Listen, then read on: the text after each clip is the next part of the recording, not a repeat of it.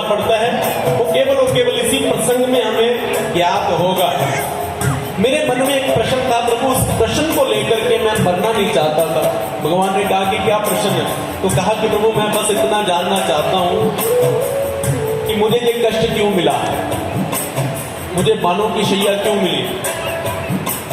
ये मुझे नहीं लगता कि मेरे किसी कर्म का फल है, क्योंकि मुझे अपने 100 जन्म याद है। कितने जन्म? 100 जन्म याद है कि 100 जन्मों में मैंने ऐसा कोई भी कर्म नहीं किया जिस कर्म के कारण मुझे बाणों की शैया मिलती, जिसके कारण मेरे शरीर में इतने बाण चुभते कि मेरी नस नस बाणों से बिंदी हुई है। तो मैं जानना चाहता हूं कि आपने मुझे ये फल क्यों दिया। भगवान ने कहा कि पितामह आपने ठीक कहा है कि 100 जन्मों तक आपने कोई भी ऐसा कर्म नहीं किया। मैं आपको दिव्य दृष्टि देता हूँ, आप अपने 125वें जन्म में जाइए। उस जन्म में आप एक चक्रवर्ती राजा थे और प्रातः काल जलाशय पर स्नान करने के लिए जा रहे थे और उसी मार्ग में एक अर्ध मरा हुआ सर्प पड़ा हुआ था। आपके मन में विचार आया कि ये सर्प किसी संत महात्मा को ना डस ले, इसलिए आपने अपने बाण के अग्रभाग से उस सर्प को उठा करके यूं फेंक दिया। लेकिन आपको नहीं पता कि वो सर्प कहाँ गिरा। वो सर्प गिरा बबूल की झाड़ियों के ऊपर, और जितने बबूल के कांटे उस सर्प के शरीर में चुभे थे उतने ही बाण आज आपके शरीर में चुभे हुए हैं। ये 125वें जन्मों का फल आपको मिल रहा है। विष्णु पितामह ने कहा कि प्रभु आप न्यायाधीश हैं, लेकिन आप क्या भूल गए थे? मैंने 125 जन्मों में 125वें जन्म में मैंने पाप किया, लेकिन आपने उसका फल 125 जन्मों के बाद दिया। प्रभु क्या आप भूल गए थे? आपको तो चाहिए था कि उससे अगले जन्म में मुझे उसका फल मिल जाता।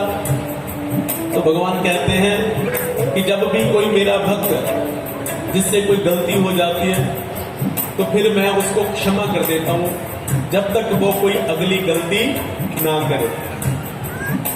इसलिए मैं भूल जाता हूं, क्योंकि मैं भक्तों के अनेकों अपराध क्षमा कर देता हूं।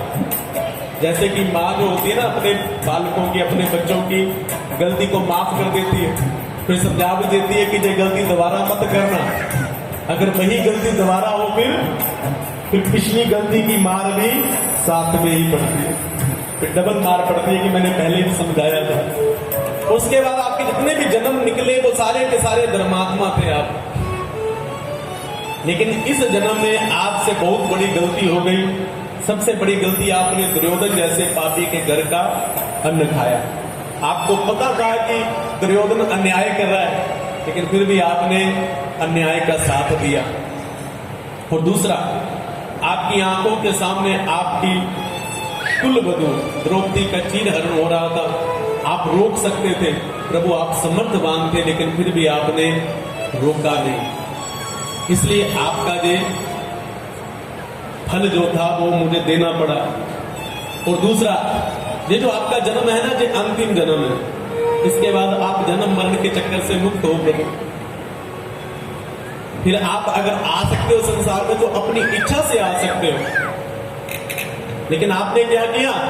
दुर्योधन जैसे पापी के घर का अन्न खा लिया। कहते जैसा खाओ अन्न वैसा होवे मन। जैसा हम भोजन करते हैं वैसा उसका फल मिलता है।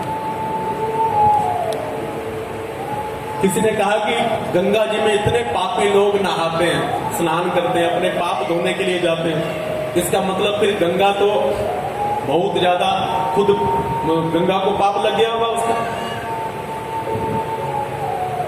भगवान के पास गए कि गंगा, तो उसका मतलब लोगों के पाप गंगा के पास है। भगवान ने कहा कि गंगा से पूछते।